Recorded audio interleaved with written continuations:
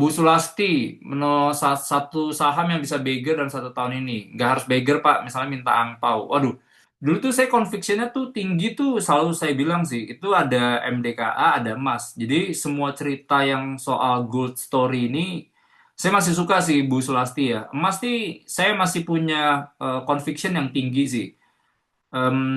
Pertama adalah kalau kita ngomongin buat harga emas tahun ini, ya ini bervariasi sih. Cuman kita bisa lihat range-nya dari berbagai yang global-global forecaster bisa 5.500 sampai 6.000. Emang masih bisa Pak, emasnya kan udah naik banyak gitu ya. Harusnya masih bisa, karena saya udah pernah share juga bahwa orang tuh sekarang lagi realokasi aset mereka. Jadi mereka lagi males pegang obligasinya Amerika. Ada utang jatuh tempo lumayan gede, habis itu dolar indeksnya juga trennya juga melemah. Kalau kita ngelihat di US itu utangnya udah numpuk terus, defisit fiskal mereka udah 6% bahkan. Resiko nggak? Sangat resiko. Rating obligasi udah diturunin nggak? Udah diturunin. Dari sebelumnya triple A jadi double A. Mereka pasti nggak mau pegang tuh. Nah, cuma kan, waduh, siapa lagi nih yang bisa kasih safe haven kayak si US Treasury? Karena dolar asumsinya stabil, ya mereka cuma dapat 4% pun nggak masalah, asal dolarnya stabil gitu kan.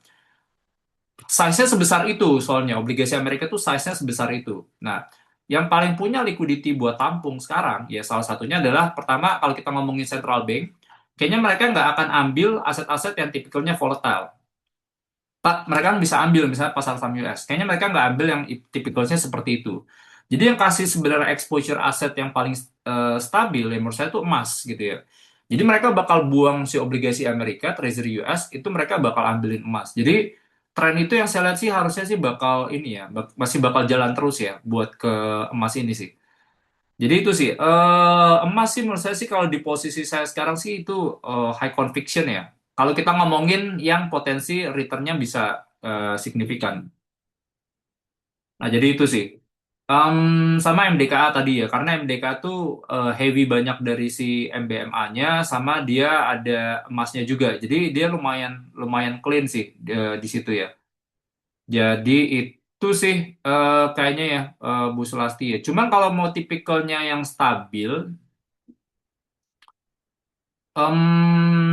sebenarnya sih banking ya. Kalau paling stabil sih banking sih. Saya sih heavy sekarang di Bank Mandiri. BRI juga sebenarnya menarik. Cuman BRI ini lagi banyak apa ya? Lagi banyak ini deh, lagi banyak serangan sebenarnya. Karena kemarin pemerintah mengambil PNM-nya, habis itu, aduh banyak deh yang lagi di ini. Paling itu ya Bu Sulasti ya.